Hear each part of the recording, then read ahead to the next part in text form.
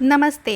આધારશિલા રાષ્ટ્રીય અભ્યાસક્રમ સક્રિય રમત આધારિત શીખવાની યોજના વિડીયો શ્રેણીમાં આપનું સ્વાગત છે.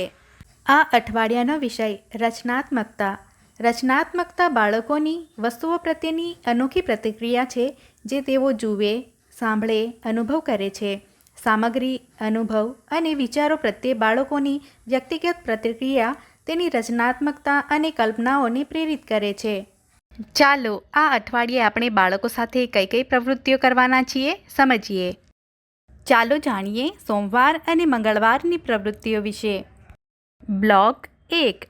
સ્વાગત અને રમત. દરેક બાળકને નમસ્તે કરી સ્વાગત કરો. ત્યારબાદ સ્વચ્છતા તપાસ કરો. હવે બાળકોને પોતાની જગ્યાએ ઊભા થઈને નમસ્તે ટીચર બોલવા માટે કહો. હવે બાળકોને મુક્ત ખેલ માટે સામગ્રી આપો. રમત રમ્યા પછી સામગ્રી યોગ્ય જગ્યાએ મૂકવા માટે કહો. બ્લોક 2. રમત અને શીખ. બાળકોની ગોળમાં બેસાડી સારો ખરાબ સ્પર્શ, શારીરિક સુરક્ષા વાર્તા કહો. હવે સંખ્યા શબ્દાવલી સમજો અને ગણો. હવે અક્ષર ઓળખ.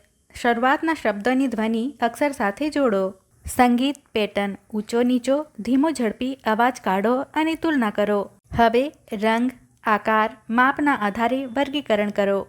બ્લોક 3. પ્રતિબિંબ અને વિદાય. બહાર જઈને રૂમાલ ઝડપો, રમત રમો. હવે બધા બાળકોને ગોળમાં બેસાડો.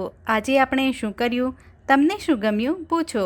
મંગળવારે આ પ્રકારની પ્રવૃત્તિઓ આયોજિત કરો. ઘરે મજેદાર રમત. બાળકો સાથે આશ્રયના મહત્વ પર ચર્ચા કરો. લાકડી, સળી, વાડકી વગેરે સામગ્રીનો ઉપયોગ કરી રહેવા માટે નાની નાની રચનાઓ બનાવો. ચાલો જાણીએ બુધવાર અને ગુરુવારની પ્રવૃત્તિઓ વિશે. બ્લોક 1. સ્વાગત અને રમત. હવે દરેક બાળકને તાળી આપી સ્વાગત કરો. ત્યારબાદ સ્વચ્છતા તપાસ કરો. હવે બાળકોને પોતાની જગ્યાએ ઊભા થઈને યસ ટીચર બોલવા માટે કહો. હવે બાળકોને મુક્ત ખેલ માટે સામગ્રી આપો. રમત રમ્યા પછી સામગ્રી યોગ્ય જગ્યાએ મૂકવા માટે પ્રોત્સાહિત કરો. બ્લોક 2. રમત અને શીખ.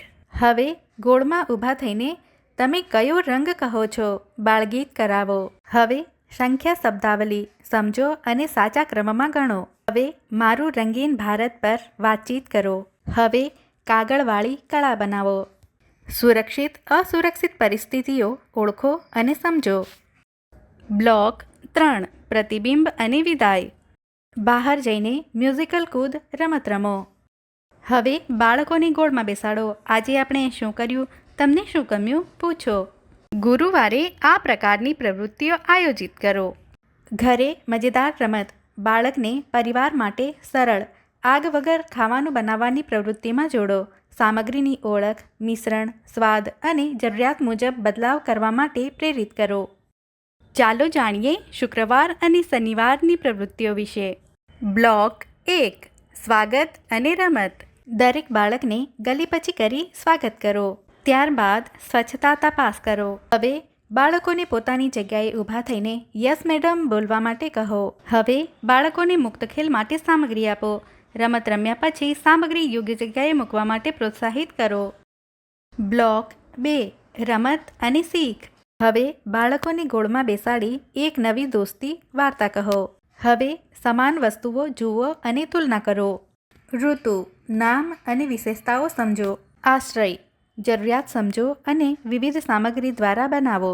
વાહન, ઓળખો, વર્ણન કરો અને તુલના કરો.